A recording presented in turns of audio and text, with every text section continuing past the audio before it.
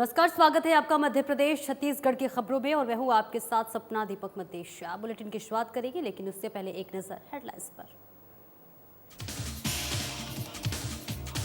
रायपुर में deputy CM Arun Sao ने पत्रकारों से की चर्चा। मंत्रिमंडल विस्तार को लेकर दिया बयान, कहा समय देखकर सीएम साय लेंगे उचित निर्णय। सीहोर के भेरुंदा में कार्यकर्ता आभार सम्मेलन का आयोजन, परिवार सहित शामिल हुए केंद्रीय कृषि मंत्री शिवराज सिंह चौहान ने ऐतिहासिक जीत पर जताया जनता का आभार। अंबिकापुर में रामगढ़ महोत्सव का आयोजन, कार्यक्रम में लोकसभा सांसद चिंतामणि महाराज करेंगे शिरकत। 22 से 23 जून तक चलेगा कार्यक्रम। गौहत्या के विरोध में हिंदू संगठनों ने बहर बंद का किया आह्वान, यात्री बसों का आवागमन भी हुआ बंद। गौहत्या को लेकर देखी हिंदू संगठनों में नाराजगी। और अंबिकापुर में भ्रष्टाचार विरोधी मुहिम के तहत एसीबी इकाई की बड़ी कार्रवाई, एसडीएम सहित 4 अधिकारियों को किया गया गिरफ्तार। रिश्वत लेने के मामले में किया गया गिरफ्तार। और बुलेटिन में आगे बढ़ेंगे। पेपर लीक मामले को लेकर भी उप मुख्यमंत्री अरुण साव का बयान सामने आया है। उन्होंने कहा कि पेपर लीक मामले को रोकने के लिए केंद्र सरकार ने कानून बनाया है। शिक्षा मंत्री भी इस मामले को लेकर गंभीर हैं और केंद्र सरकार पूरी तरीके से इस मामले को गंभीरता से ले रही है। और इस मामले पर प्रियंका गांधी का भी बयान सामने आया है। उन्होंने पलटवार करते हुए कहा कि भारत सरकार पूरी तरह से सजग है, छात्रों के भविष्य के साथ कोई खिलवाड़ न हो, इसका ध्यान दिया जा रहा है।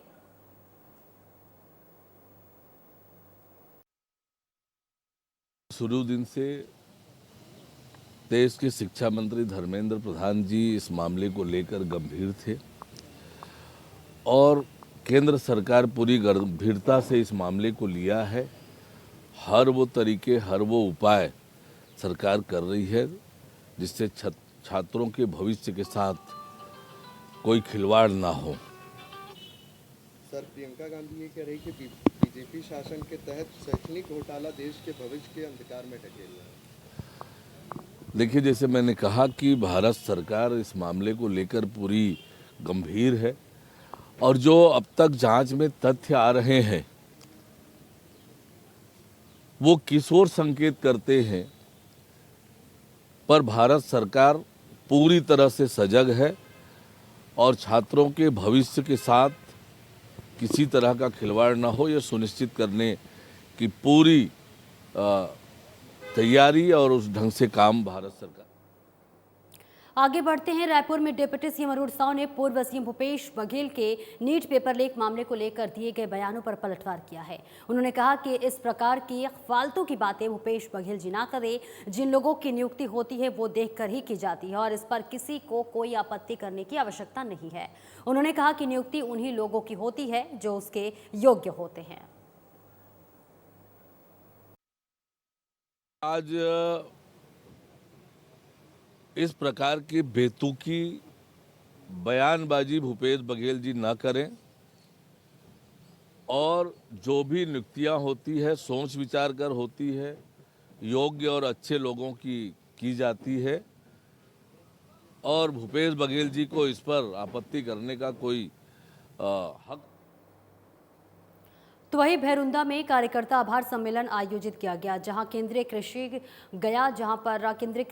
मंत्री शिवराज सिंह चौहान के बेटे कार्तिक चौहान और उनकी मां साधना सिंह शामिल हुई। जहां साधना सिंह ने बुधनी विधानसभा से शिवराज सिंह चौहान को ऐतिहासिक जीत पर जनता का आभार व्यक्त किया। वहीं कार्तिक चौहान ने जनता को संबोधित करते हुए कहा कि बुधनी विधानसभा क्षेत्र की जनता ने 1.5 लाख वोटों से जीत दर्ज कराई है। क्षेत्र की जनता ने 6 बार शिवराज सिंह चौहान जी को बुधनी विधानसभा से विधायक बनाया है। तो वहीं केंद्रीय कृषि मंत्री शिवराज सिंह चौहान के बेटे कार्तिक चौहान ने आगे बड़ा बयान देते हुए कहा कि इस दुनिया ने हमारी बहुत परीक्षा ली है। उन्होंने कहा कि 2023 के चुनाव में कई उंगलियां उठी, लेकिन बुद्धिजीवियों को मुंहतोड़ जवाब देने का काम किया गया है।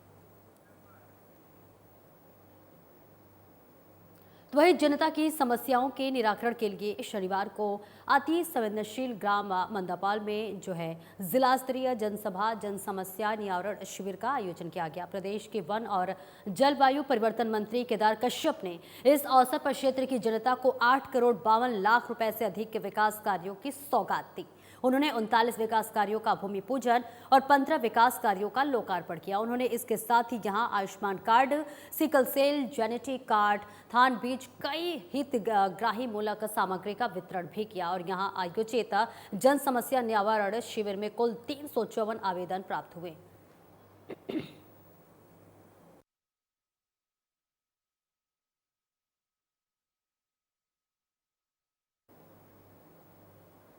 तो वहीं मध्य प्रदेश के सतना जिले में स्थित काकलपुर गांव रंगमंचिया और कलात्मक स्थल के रूप में पूरे भारतवर्ष में अपनी पहचान बना रहा है। कलकपुर में वर्ष 2023 से रंगकर्मी अजय दहिया के अथक प्रयास से प्रत्याशा लोक और संस्कृति प्रवर्तन समिति द्वारा उंजियार कला महोत्सव नाम से एक नई शुरुआत हुई है, जिसके राष्ट्रीय स्तर पर अपनी पहचान बनाई है। तो वहीं 2023 में लगभग 150 कलाकार और 2024 में भी 11 से 14 जून तक आयोजित द्वितीय उंजियार कला महोत्सव में भी पूरे भारतवर्ष से 150 से अधिक कलाकारों ने विभिन्न कलात्मक प्रस्तुतियां दी और साथ ही 2024 में 3 राष्ट्रीय पुरस्कार भी योग्य व्यक्तियों को प्रदान किए गए।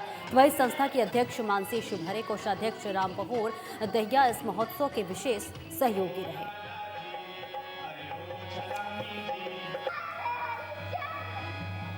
तो देखिए, ये महोत्सव जो है कार्यक्रम आयोजित किया गया, जहां पर मध्य प्रदेश के सतना जिले का बता रहे हैं, जहां पर काकलपुर गांव रंगमंची और कलात्मक स्थल के रूप में देखिए पूरे भारतवर्ष में अपनी एक अलग छटा विकृति, अपनी एक अलग पहचान बना रहा है। तो देखिए, कलकपुर बात कर ले, वर्ष 2023 से रंगकर्मी अजय दहिया के अधिक प्रयास से प्रत्याशा लोक और संस्कृति प्रवर्तन समिति द्वारा उंजियार कला महोत्सव नाम से एक नई कार्यक्रम शुरुआत हुई थी, जिसकी देखिए लगातार हर साल ये कार्यक्रम आयोजन जो होता है और जिसने राष्ट्रीय स्तर पर अपनी अलग पहचान बनाई है। और इसी के साथ 2023 में भी लगभग 150 कलाकार और 2024 में भी 11 से 14 जून तक आयोजित द्वितीय उंजियार कला महोत्सव में भी पूरे भारतवर्ष में 150 से अधिक कलाकारों ने विभिन्न कलात्मक प्रस्तुतियां दी हैं। तो वहीं आगामी 26 जून से छत्तीसगढ़ में नए शिक्षा सत्र की शुरुआत होगी, लेकिन महासमुंद जिले में शिक्षा का हाल बेहाल है। दरअसल महासमुंद जिले में कुल 1959 सरकारी स्कूल हैं, जिसमें महासमुंद जिले के 286 प्राइमरी और मिडिल स्कूल केवल एक शिक्षक के भरोसे चल रहा है। और ऐसे में देखिए बच्चे कैसे पढ़ेंगे, इसकी चिंता अभिभावकों को सता रही है। तो वहीं जिले में 8 स्कूल ऐसे हैं जहां एक भी शिक्षक नहीं है, यानी कि स्कूल शिक्षक विहीन है। और हालांकि देखिए जिला शिक्षा अधिकारी का कहना है कि शिक्षकों को अटैचमेंट किया गया है और नए शिक्षा सत्र की भी शिक्षकों को अटैचमेंट किया जाएगा।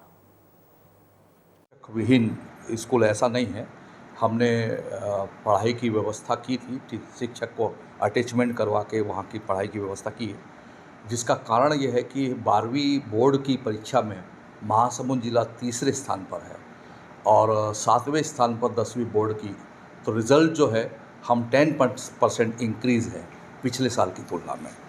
तो इस ऐसी संभावना तो कम है, लेकिन पिछले 1 महीने से हम बीओ से लगातार संपर्क में हैं और पूरा अपडेट करा रहे हैं। महासमुंद से, बसना से, सरायपाली से, सब बीओ से हम डाटा फिज़िकली सीएससी को, बीआरसी को, बीओ को देखकर प्राचार्य, नोडल प्राचार्यों को भेजकर फिज़िकली चेक कर रहे हैं कि बच्चों की संख्या कितनी है और टीचर की संख्या कितनी है। इसको इस सत्र में मेरे कार्यकाल में निश्चित रूप से सुव्यवस्थित कर दिया जाएगा। गवर्नमेंट स्कूल से हैं जो मेरिट में आए हैं और एक महासमुंद से ही है और एक प्राइवेट स्कूल से है और एक और शायद प्राइवेट स्कूल से है। जैसे बताया कि 6 जो है शिक्षक विहीन हैं, 2 बागबाहरा में कह रहे हैं आप, एक बसना में, एक 3 सरायपाली में और 2 मिडिल स्कूल बागबाहरा में हैं जो शिक्षक विहीन कह रहे हैं।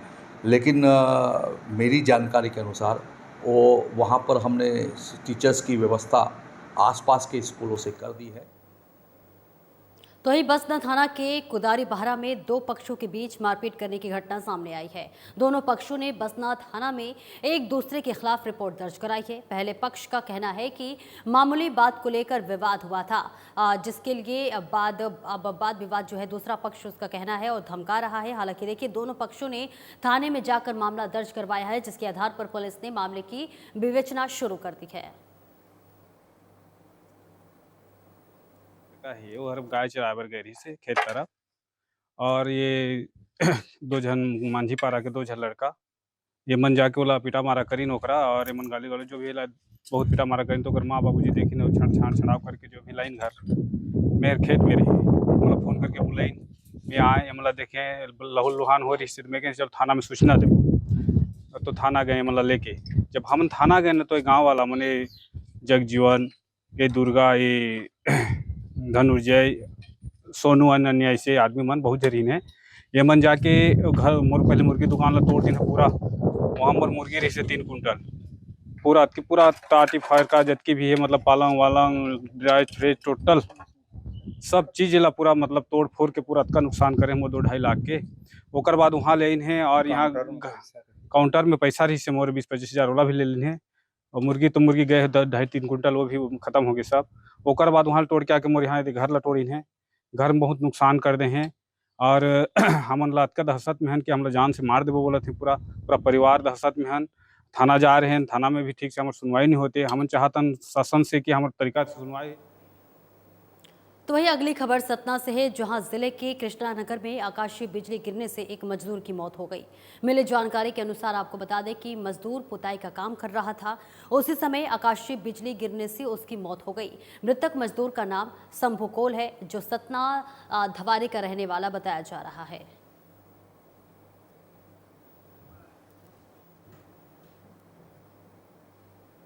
खबर सुकमा से है जहां पर नक्सल मोर्चे पर सुकमा पुलिस को बड़ी सफलता हाथ लगी है।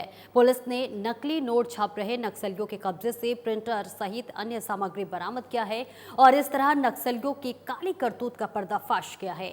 नकली नोट के सैंपल, प्रिंटर, भारी मात्रा में प्रिंटर की स्याही और अन्य सामग्री भी बरामद की गई है और इसकी पुष्टि एसीपी किरण चौहान ने की है। तो देखिए ये एक पूरा जो है नक्सलियों का एक पूरा गिरोह चल रहा था और कई दिनों से देखिए पुलिस इसकी जांच पड़ताल भी कर रही थी। तो आखिरकार पुलिस की जो ये कामयाबी हासिल हुई है और आप तस्वीरों में देख सकते हैं ये पूरा जो गिरोह चल रहा था नकली नोट छापने का, जिस पर पुलिस ने छापेमार कार्रवाई की है और उसके बाद से नकली नोट के साथ साथ वो तमाम सामग्री भी बरामद की है जिसके जरिए इस नकली नोट को छापने में जो है काम किया जा रहा था। ये पूरा मामला जो है नकली नोट और नक्सलियों से बताया जा रहा है जहां पर पुलिस की लगातार ताबड़तोड़ छापेमारी में ये तमाम चीजों की बरामदगी हुई है, जिसमें देखिए 100 के नोट, 200 के नोट और 500 के नोट नकली छापे जा रहे थे, जिसकी जो है पुलिस कई दिनों से इस गिरोह का पता लगा रही थी और आखिरकार जो है पुलिस के हाथ ये बड़ी कामयाबी लगी है जहां पर छापेमार कार्रवाई के बाद से पुलिस ने वो तमाम सामग्रियों को जब्त कर लिया गया है जिसके जरिए इस नकली नोट को छापने में काम में लाया जा रहा था।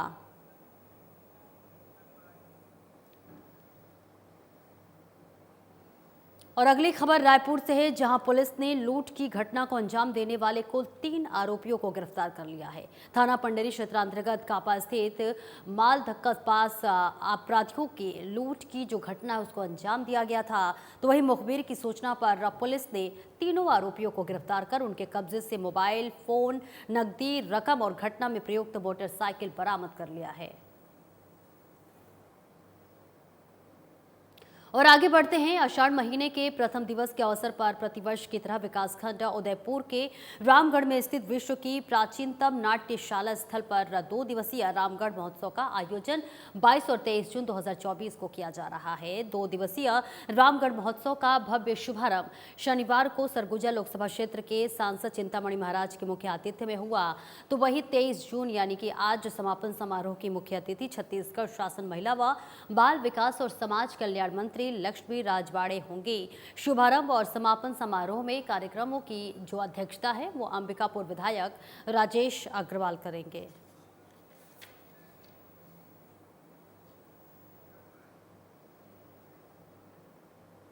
और आगे बढ़ते हैं। भोपाल की टीकमगढ़ की बेटी नेहा तिवारी को अपने देश और राज्य का नाम रोशन करने का सुनहरा अवसर मिला है। नेहा तिवारी जो कि मिसेस सेंट्रल इंडिया 2023 की विजेता है। नेहा साउथ कोरिया में मिसेस इंडियन ओशन 2024 के रूप में भारत का प्रतिनिधित्व करने जा रही हैं और ये सुनहरा अवसर उन्हें Farah Anwar organization mister and missus central India द्वारा प्रदान किया गया है। तो वही नेहा तिवारी ने भोपाल के राजभवन में मध्य प्रदेश के राज्य राज्यपाल से मिलकर उनका आशीर्वाद प्राप्त किया, क्योंकि वो मध्य प्रदेश से इस प्रतिष्ठित पेजेंट में जाने वाली एकमात्र प्रतिभागी हैं। राज्यपाल ने नेहा को शुभकामनाएं दी और उनके अद्वितीय साहस और समर्पण की सराहना की। नेहा तिवारी ने कहा कि मैं इस अद्भुत अवसर के लिए बहुत आभारी हूं और इसे अपनी मातृभूमि मध्य प्रदेश और पूरे भारत के लिए समर्पित करती हूं। ये मेरी कोशिश है कि मैं महिलाओं को सशक्त बनाऊं और दिखाऊं कि महिलाएं हर क्षेत्र में अपनी पहचान बना सकती हैं। आज तो बहुत ही अच्छा लग रहा है। मुझे लग रहा है कि मैंने अपने जीतने की प्रथम जो सीढ़ी होती है वो चढ़ी है, क्योंकि मुझे मेरे गवर्नर जी से बहुत सारा आशीर्वाद मिला है, प्रोत्साहन मिला है और उनका कहना था कि अगर आपका सिलेक्शन हुआ है तो आप जीत ही गए हो।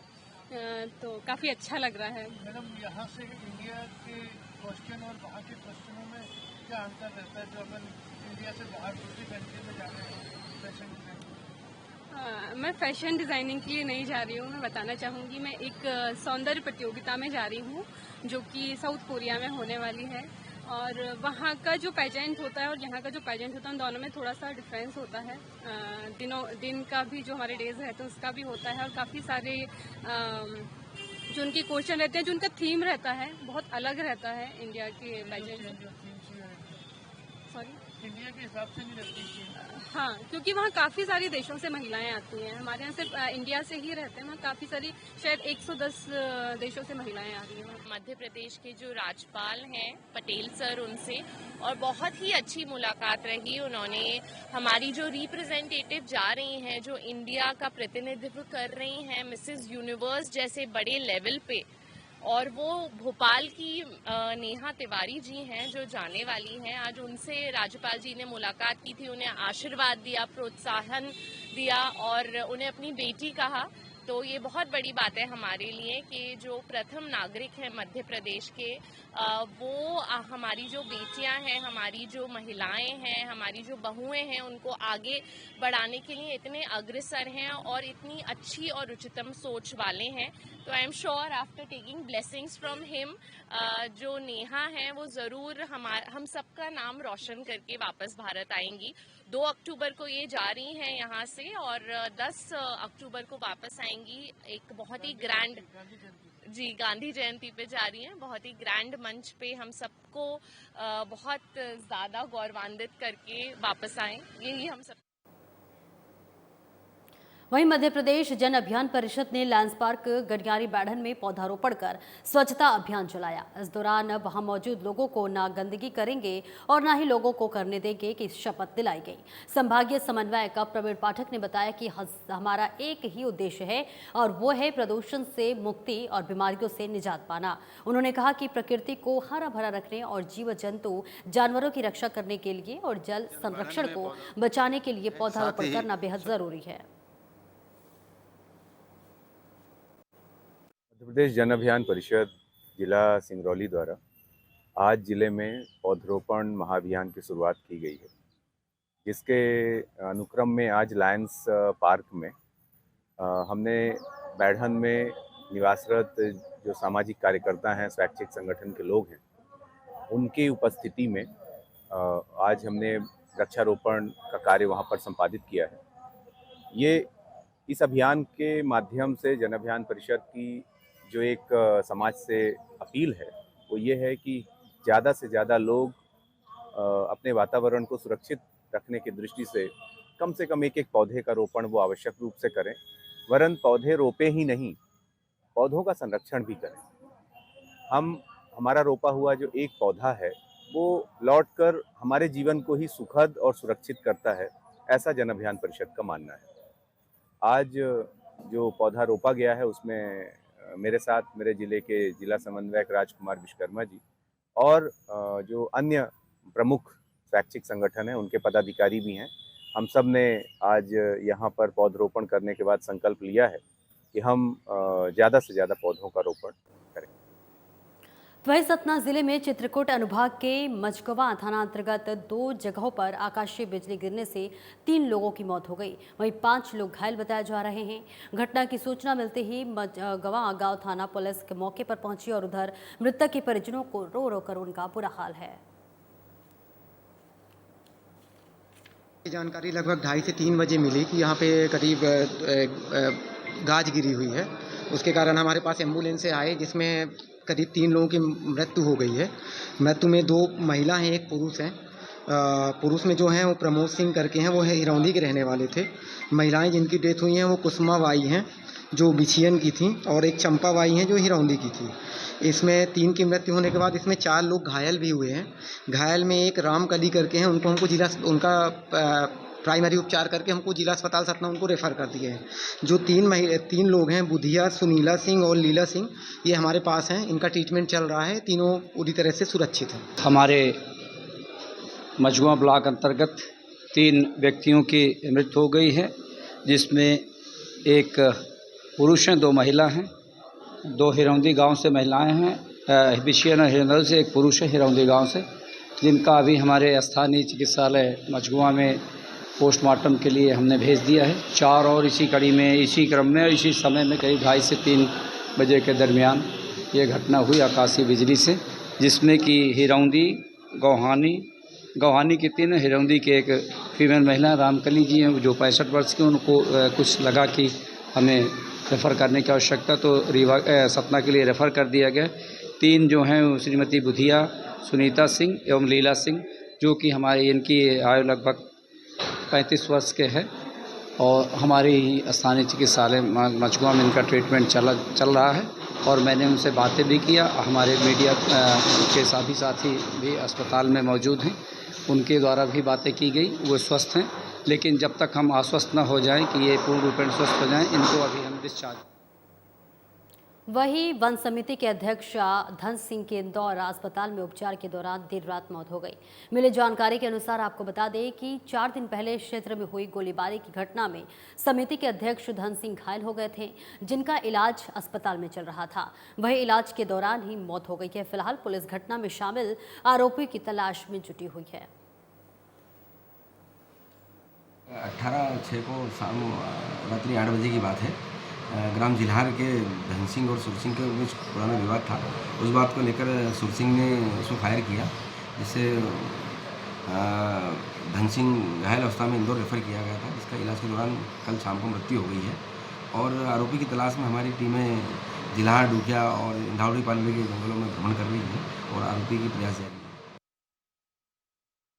वहीं रायपुर पुलिस ने लूट की घटना को अंजाम देने वाले कुल 3 आरोपियों को गिरफ्तार किया है। मिली जानकारी के अनुसार आपको बता दें कि थाना बड्री क्षेत्र के अंतर्गत आरोपी लूट की घटना को अंजाम दिया था। मुखबिर की सूचना पर पुलिस टीम ने आरोपियों को गिरफ्तार करने में सफलता पाई है। तीनों को गिरफ्तार कर उनके कब्जे से 1 नग मोबाइल फोन, नकदी रकम और घटना में प्रयुक्त मोटरसाइकिल जब्त किया गया है।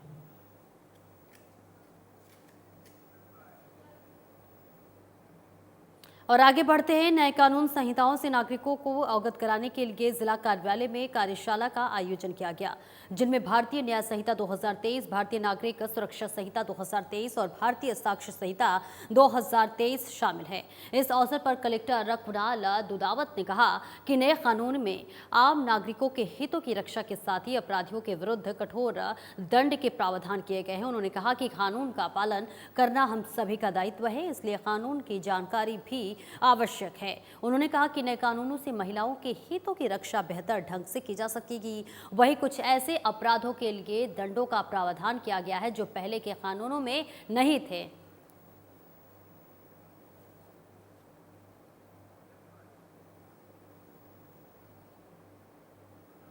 आगे बढ़ते हैं। अंबिकापुर में शासन की भ्रष्टाचार विरोधी मुहिम के तहत एंटी करप्शन ब्यूरो इकाई ने कार्रवाई की है। इस दौरान सरगुजा के एसडीएम भागीरथी खंड सहित 4 लोगों को 50,000 रुपए की रिश्वत लेते रंगे हाथों गिरफ्तार किया गया है। तो वहीं मिली जानकारी के अनुसार आपको बता दें कि प्रार्थी एसपी इकाई अंबिकापुर में शिकायत दर्ज कराया था। उसने बताया कि जमीनी कागजात के मामले में एसडीएम उससे 50,000 रुपए रिश्वत के रूप में मांग रहा है। प्रार्थी की शिकायत के आधार पर एंटी करप्शन ब्यूरो ने मामले का सत्यापन किया, जिसमें शिकायत सही पाई गई है, जिस पर कार्रवाई करते हुए एंटी करप्शन ब्यूरो इकाई ने एसडीएम को रंगे हाथों गिरफ्तार किया है। वहीं एसीपी ने रिश्वतखोरों के विरुद्ध ऐसी कार्रवाई जारी करने की बात भी कही है। तो वहीं वित्त मंत्री व जिले के प्रभारी मंत्री ओपी चौधरी ने जिला स्तरीय अधिकारियों की विभागीय समीक्षा बैठक के दौरान व्हाट्सएप चैटबॉट संवाद 24 घंटे 7 दिन का शुभारंभ किया। और इस दौरान देखिए कलेक्टर आकाश छिकारा, पुलिस अधीक्षक विवेक शुक्ला, सहायक कलेक्टर दुर्गा प्रसाद, जिला पंचायत सीईओ गोकुल राप्टे, अपर कलेक्टर एसपी वैद्य सभी जिला स्तरीय अधिकारी मौजूद रहे। इस चैटबॉट के माध्यम से व्हाट्सएप नंबर पर हाय या हेलो लिखकर मैसेज भेजने पर चैटबॉट स्वतः ही उपयोगकर्ता से उनका नाम, पता और सवाल पूछने लगता है। मैसेज में नाम में इत्यादि जानकारी दर्ज कराने के उपरांत किसी भी विभाग से संबंधित मांग के बारे में या फिर समस्या या सुझाव के बारे में जानकारी दर्ज करने का अवसर देता है। तो वही जानकारी दर्ज करने के बाद उपयोगकर्ता का समस्या सुझाव सीधे संबंधित विभाग के पास पोर्टल के माध्यम से चला जाता है और साथ ही उपयोगकर्ता को इसकी पावती भी उसी व्हाट्सएप नंबर पर स्वतः ही प्राप्त हो जाता है। और मध्य प्रदेश छत्तीसगढ़ के खबरों में फिलहाल इतना ही। खबरों का सिलसिला आगे भी जारी रहेगा। दीजिए इजाजत। नमस्कार।